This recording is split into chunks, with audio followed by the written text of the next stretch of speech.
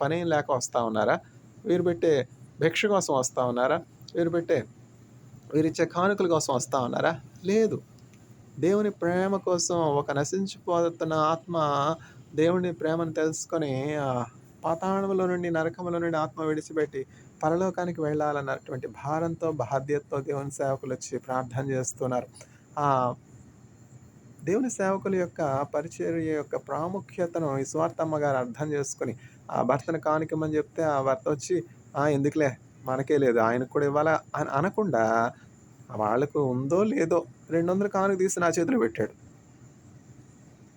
ఎ ఎట్లాంటి భార్య విశ్వాసి అయినటువంటి భార్య, ఎట్లాంటి భర్త విశ్వాసి అయినటువంటి భర్త, ఎట్లాంటి బిడ్డ ఆ! మనకే బాగలేదు. దేవుడన్నవాడుంటే నా నా తల్లికి అనారోగ్యం ఎందుకు రావాలి? మళ్ళా పాస్టర్ గారొచ్చి ప్రార్థన గూడాను డాక్టర్ అయితే చచ్చిపోతుందని జెప్పారు. ఇంకేముంది? పాస్టర్ గారొచ్చి ప్రార్థన జేయాలని ఆ కుమారుడు గూడా అనట్లేదు. కేవలం ఆ బిడ్డ ప్రార్థనలో చక్కగా ఏకీభవించాడు. బ్రతుకుట క్రీస్తే చావైతే మేలు అని వారు యేసుక్రీస్తు ప్రభునందు అచంచలమైనటువంటి విశ్వాసము కలిగున్నారు. మరణ శరీరము మార్పు నొంది మహిమ శరీరము పొందుటకై హేతులేకయ ప్రేమించన్ యేసుకు నేనేమివ్వగలను.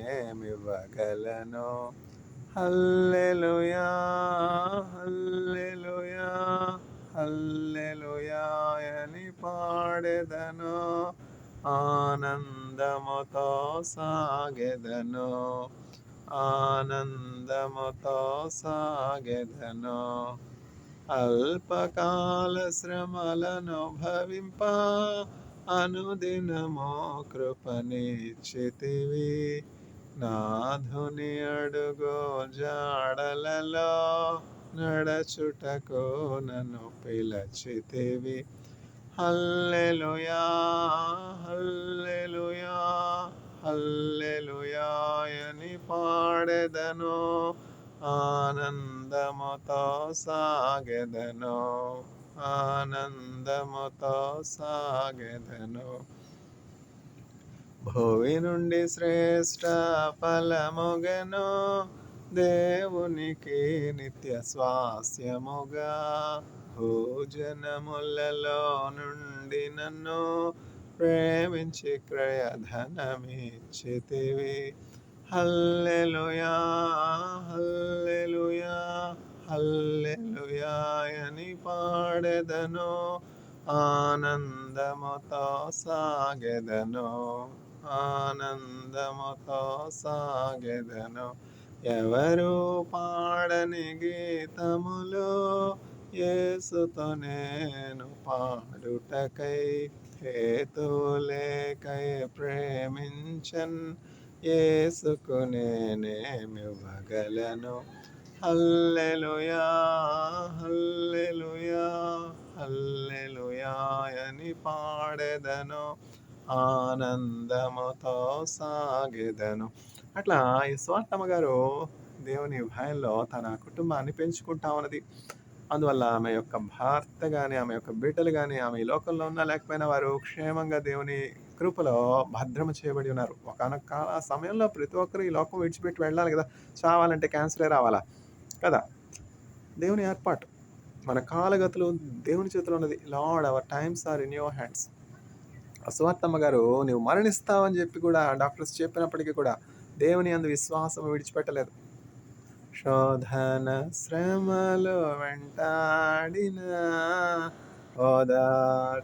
ఓదార్చుచుండెని హస్తము, జీవ కిరీటం నా ముందుండా జీవిత కాలం నడతును, అర్పింతును నా దేవా నా సమస్తం నీ సేవలో, నా సమస్తం నీ సేవలో అందించుమా నీ హస్తము, ఆదుకొను మౌన దేవా అందించుమా నీ హస్తము,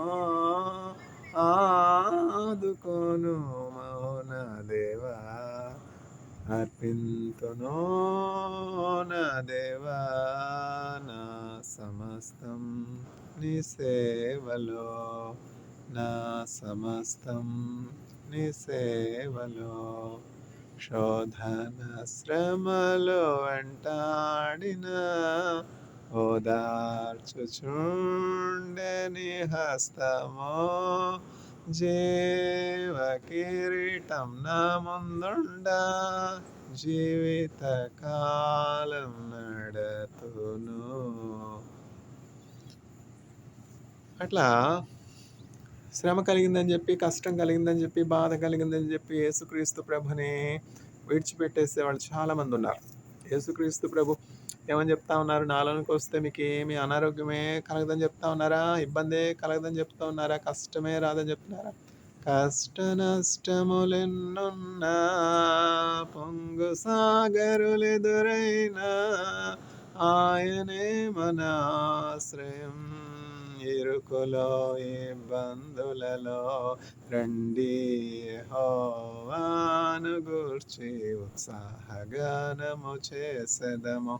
ఆహా హల్లెలూయా, ఆహా హల్లెలూయా, ఆహా హల్లెలూయా, ఆహా హల్లెలూయా.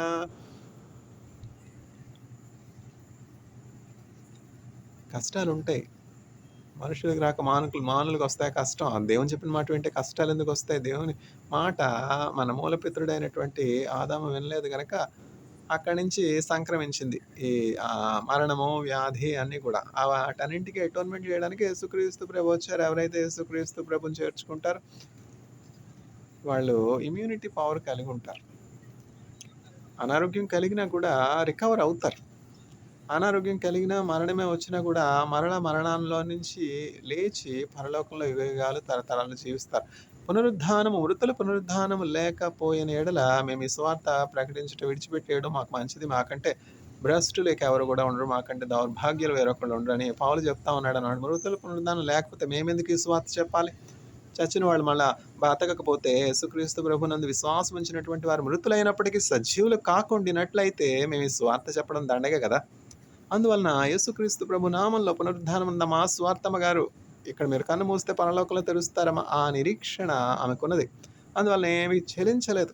క్యాన్సరే డాక్టర్ ఏదో చెప్పారు, అమ్మ నువ్వు చచ్చిపోతావు, మరణిస్తామా అని చివరి దినాలు సమీపించానంటే పర్వాలేదు అయ్యగారు, నేను యేసుక్రీస్తు ప్రభు నామందు విశ్వాసం ఉంచున్నాను, ఆయన గొర్రెలకు మంచి కాపురి, ఇక్కడ కన్ను మూస్తే నేను పరలోకంలో కన్ను తెరుస్తాను. నా చింతంతా నా భర్త కోసం, నా బిడ్డ కోసమే. వారు కూడా రక్షించబడ్డారు కనుక నాకు ఏమీ చింతలేదు. చూసారా, అది జీవంతో కూడినటువంటి నిరీక్షణ. ఎవరైతే యేసుక్రీస్తు ప్రభువుని దేవునిగా కలిగి ఉంటారో వారు దేనికి కూడా భయపడరు, మరణానికి కూడా భయపడరు. మరణమన్నను భయము లేదులే, మధురమైన ప్రేమతో మమ్ము కాయులే, మంచి కాపరి మా ప్రభు యేసే, మా కొరకు ప్రాణమిచ్చే గొప్ప కాపరి.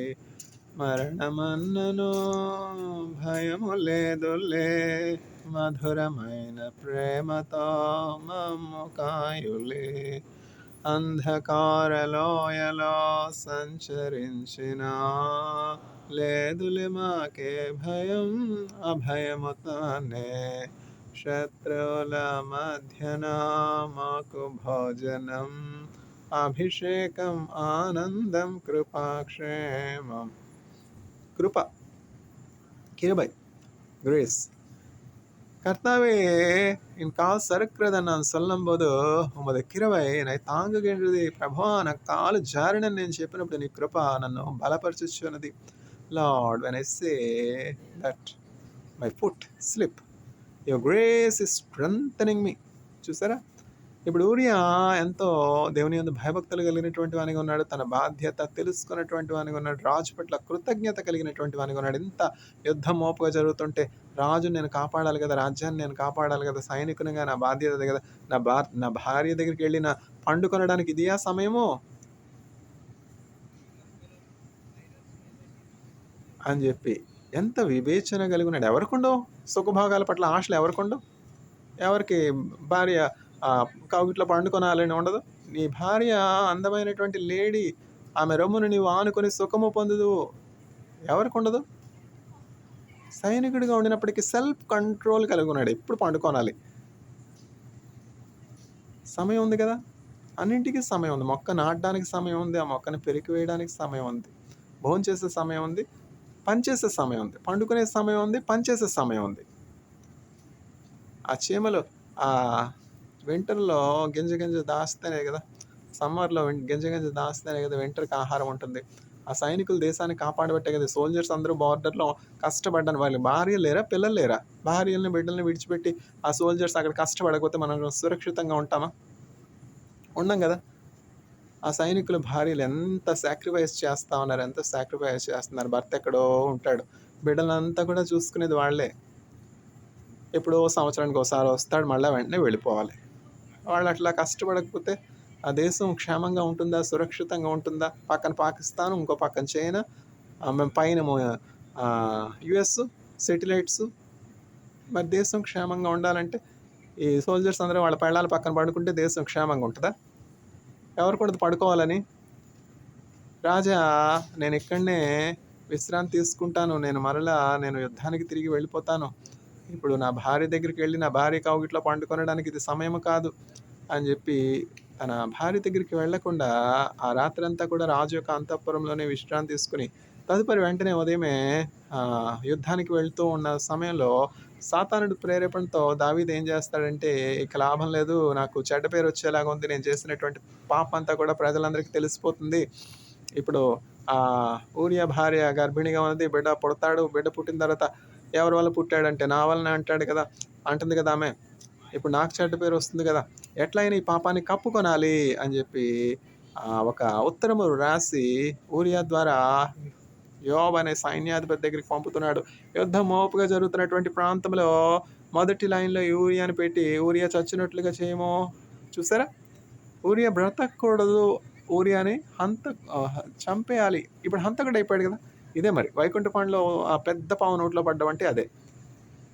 ముందు కాలు జారింది, తర్వాత బుద్ధి గడ్డి తింది. ఎట్లయినా ఊరియాని చంపించేయాలి. హంతకుడు అయిపోయాడు కదా, నరహంతకుడు అయిపోయాడు కదా. దేవుడు సమస్తాన్ని చూస్తున్నాడు కదా. దేవుని దృష్టికి మరుగైనది ఏమి లేదు. ఇప్పుడు ఊరియాను ఎట్లయినా సరే అతడు యుద్ధంలో మరణించాలి, తిరిగి ఇంటికి రాకూడదు అని చెప్పి ఊరియా చచ్చినట్లుగా ఒక ఉత్తరం రాసి, ఆ ఉత్తరాన్ని ఎవరితో పంపుతున్నాడు? ఊరియా ద్వారానే పంపుతున్నాడు. ఊరియా నమ్మకస్తుడని తెలుసు. ఆ ఉత్తరం తెరిచి చదవడు. ఊరియా తీసుకుని వెళ్ళి ఎవరికిమ్మంటే వాళ్ళకే ఇస్తాడు. ఊరియా నమ్మకస్తుడని తెలిసి తెలిసి తెలిసి తెలిసి ఆ నిరపరాధి నిర్దోష రక్తాన్ని చిందిస్తున్నాడు దావీదు. బుద్ధి గడ్డి తినడం అంటే ఇదే. సాతానుడి చేత నడిపించబడ్డం అంటే ఇదే. శోధనలో పడ్డం అంటే ఇదే. ఆ వైకుంఠపాండలో పాము నోట్లో తలపెట్టడం అంటే ఇదే. ఇంత దేవుని నుండి ఉపకారాలు పొందుకుని, మేలులు పొందుకుని, ఆ కృతజ్ఞతాస్తుతులు దేవునికి చెల్లించే గొప్ప దైవజనుడిగా, ప్రవక్తగా ఉన్నటువంటి దావీదే పడిపోతే మనమెంత? దావీదే ఒక స్త్రీ వ్యామోహంలో పడిపోయి ఆ స్త్రీ యొక్క భర్తను చంపించాలి అనే ఆ దిగజారిపోయినటువంటి స్థితికి వస్తే మిగతా వాళ్ళ పరిస్థితి ఏంటి? సామాన్యుల పరిస్థితి ఏంటి? అవిశ్వాసుల పరిస్థితి ఏంటి? దేవుని భయం లేనటువంటి పరిస్థితి ఏంటి? అట్లా జరిగింది. అట్లా యుద్ధంలో ఊరియా మరణిస్తాడు. ఊరియా మరణించగానే వ్యధరాల్ని ఏదో సన్మానించి ఆమెకు ఒక నూతన జీవితాన్ని, ఒక మంచి జీవితాన్ని ఇస్తున్నట్లు ప్రజలందరూ మెచ్చుకొని మేకతోలు కప్పాలని చెప్పి, అయ్యో సైనికుడు మరణించగానే ఆమె భార్యను రాణిగా చేసుకున్నాడు, ఎంత గొప్పవాడు, ఎంత గొప్పవాడు, ఎంత గొప్పవాడు. ఆ లోపల ఉన్నటువంటి ఆ పాపము అది దేవునికి తెలుసు, దావీదుకి తెలుసు, ఇంకెవరికి తెలీదు. ఊరియా మరణించగానే ఏదో ఊరియా మీద సానుభూతితో చేస్తా ఉన్నట్లు ఆమెను పిలిపించుకుని ఆమెను వివాహం చేసుకున్నాడు. వివాహం చేసుకుంటే ఏం జరిగింది? ఆమె గర్భిణి అయితే పిల్లాడు పుడతాడు కదా, కుమారుడు జన్మించాడు. కుమారుడు జన్మిస్తే ఆ కుమారుడు వ్యాధి చేత మొత్తబడి మరణించాడు. చూసారు దేవుని యొక్క తీర్పు? ఎంతగానో దావీదు ఉపవాసం ఉండి ఆ బిడ్డ మరణించకూడదు అని ఆ ఊరియా యొక్క భార్యతో పండుకొనినటువంటి ఆ పాపము వలన పుట్టినటువంటి ఆ కుమారుడు మరణించాడు.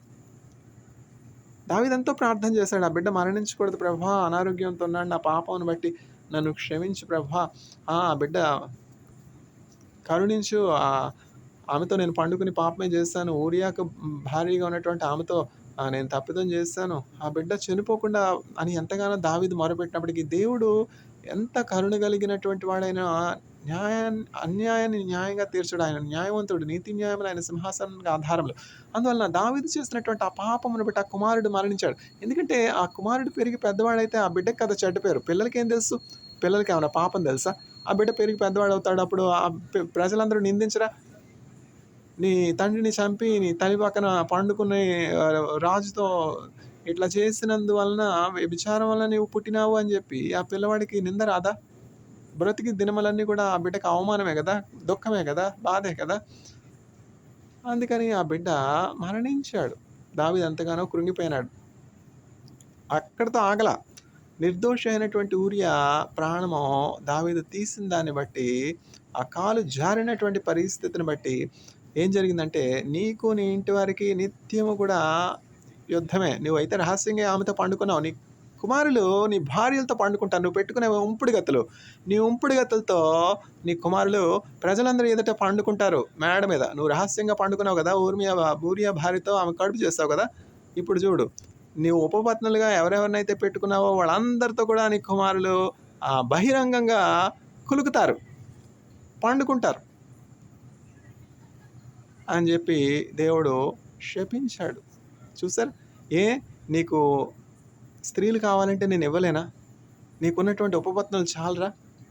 నీకు ఇంకా స్త్రీలు కావాలంటే చక్కని అందమైనటువంటి స్త్రీలు కన్యకలు అనేకులు ఉన్నారు. నువ్వు రాజుగా ఉన్నావు. వాళ్ళు నువ్వు వివాహం చేసుకుంటే ఎవరు కాదంటారు? కానీ ఆ ఊరియాను ఆ నిర్దోషి అయినటువంటి ఆ దేవుని యందు భయభక్తులు కలిగినటువంటి వివేకము కలిగినటువంటి ఆ సైనికుని యొక్క భార్యను అపహరిస్తావా నువ్వు? ఆమెతో పండుకుంటావా? అంత మాత్రం చాలదన్నట్టు ఆమెను చంపుతావా? చూడు, నీకును నీ ఇంటి వారికి నీ నిత్యము కూడా పోరే అని చెప్పి దేవుడు శాపం పెట్టాడు. దేవుడు దావీదునెంతో ప్రేమించాడు. దావీదు నా హృదయానుసారుడైనటువంటి మనుష్యుడు అని చెప్పాడు. అయినా సరే దేవుడు అన్యాయాన్ని న్యాయమని ఎంత మాత్రం కూడా తీర్చడు. దేవుడు మళ్ళా ఆయన ప్రవక్త అయినటువంటి నాతానుని పంపించి దావీదును గద్దిస్తున్నాడు. ఏమని చెప్తా ఉన్నాడంటే, దావీదుకు ఒక కథ చెప్తున్నాడు ప్రవక్త అయినటువంటి నాతాను. ఆ కథలో అన్యాయస్తుడైనటువంటి ఒక మనుష్యుడు ఉన్నాడని చెప్తే, ఎవరు ఆ అన్యాయస్తుడు? అతన్ని నిశ్చయముగా మరణమునకు పాత్రుడు. ఆ అన్యాయస్తుడు ఎవరో కాదు, ఆ పాపం చేసింది నువ్వే ఊరియాని చంపించి అతని యొక్క భార్యతో కులుకుతున్నావు అని చెప్పి దావీదును గద్దించినప్పుడు, దావీదు ప్రవక్త అయినటువంటి నాతాను మీద తిరుగుబడకుండా తన పాపమును ఒప్పుకొని కీర్తనల గ్రంథం 51వ అధ్యాయం దేవుని సన్నిధిలో ప్రార్థన, అదే పశ్చాత్తాపంతో కూడినటువంటి ప్రార్థన. ఊరియా విషయంలో అతడు చేసినటువంటి పాపం అంతటిని బట్టి దేవుని సన్నిధిలో తన పాపములన్నీ ఒప్పుకొని ప్రార్థన చేస్తున్నాడు. నీ సన్నిధానములో నుండి నన్ను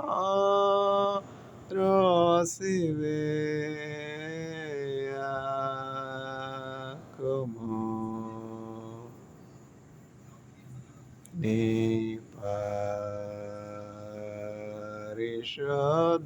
పరిశుద్ధాత్మను నా యొద్ద నుండి తీసివేయకుము.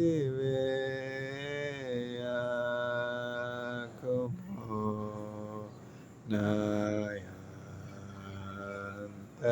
అంతరంగములో స్థిరమైన మనసును తనముగా పుట్టించుము. ప్రభువా, అస్థిరుడినైపోయినానే, చంచలుడినైపోయినానే, నేను పాపం చేసి ఉన్నాను. నీ పరిశుద్ధాత్మను నా ఎదురుని తీసివేయవద్దు. నీ పరిశుద్ధ సన్నిధిలో నుండి నన్ను త్రోసివేయవద్దు. నా అంతరంగంలో స్థిరమైనటువంటి మనస్సు నూతనముగా పుట్టించుము. ఎంత చక్కని ప్రార్థన, ఎంత చక్కని ప్రార్థన. విరిగి నలిగిన హృదయమును దేవుడు అలక్ష్యము చేసేవాడు కాడు, ఆయన కృప చూపే దేవుడు అని చెప్పి ఎరిగి దావీదు ఎంతో చక్కని పశ్చాత్తాప ప్రార్థన చేస్తున్నాడు. ప్రవక్త మీద తిరుగుబడలేదు, దేవుణ్ణి ఎదిరించలేదు, కానీ అతని యొక్క పాపమును ఒప్పుకొని దేవుని సన్నిధిలో ఆ కుమారుడు మరణించినాడు. ప్రవక్త వచ్చి పాపం చేశామని చెప్పి చెప్తూ ఉన్న సమయంలో అతని యొక్క పాపమును బట్టి దావీదు పశ్చాత్తాప్తుడై దేవుని సన్నిధిలో మొరపెడుతున్నాడు. నీ సన్నిధానములో నుండి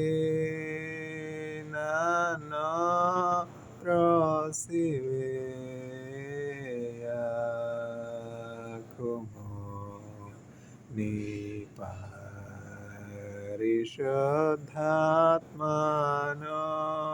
నాయాదనుండి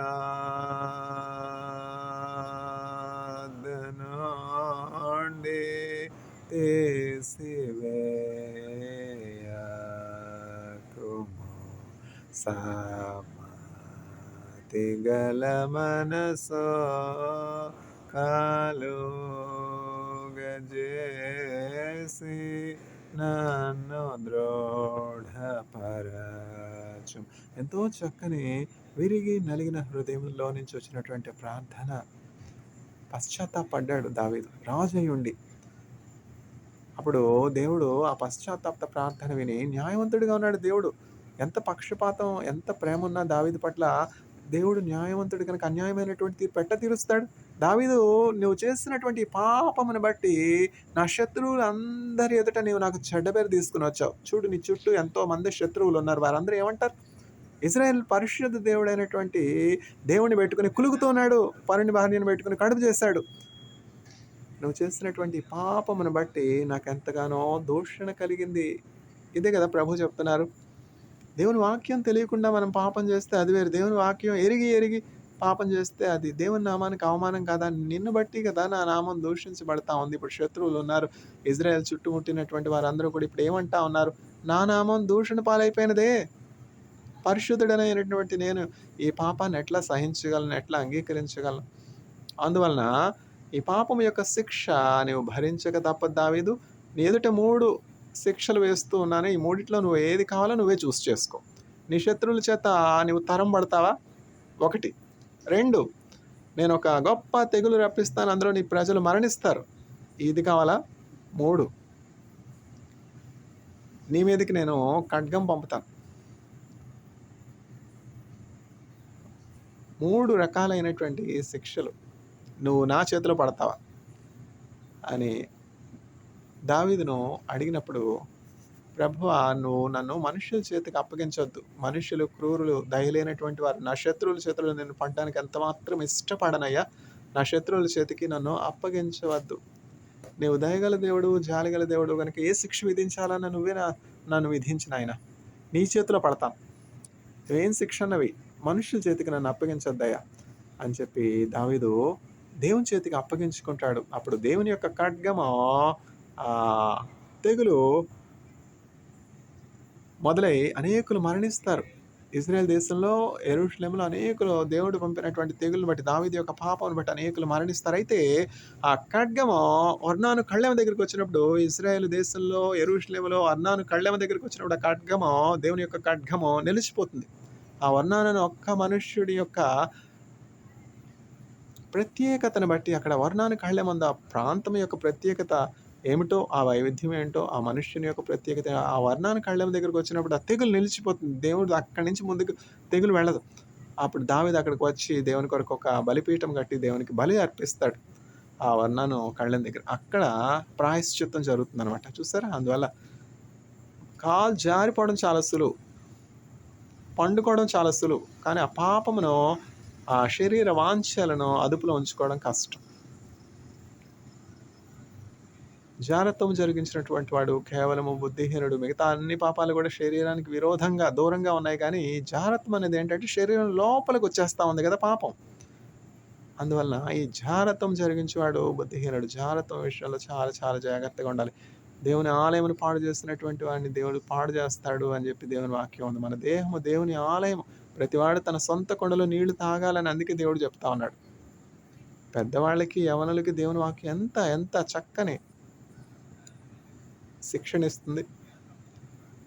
దావీదు పశ్చాత్తాపడ్డాడు. అయితే శిక్ష ఆగిందా? శిక్ష ఆగలేదు కదా. దావీదు పరిస్థితి అట్లా ఉంటే ఇంకా సామాన్యుల పరిస్థితి ఏమిటి? May the lord grant grace to all the audience that they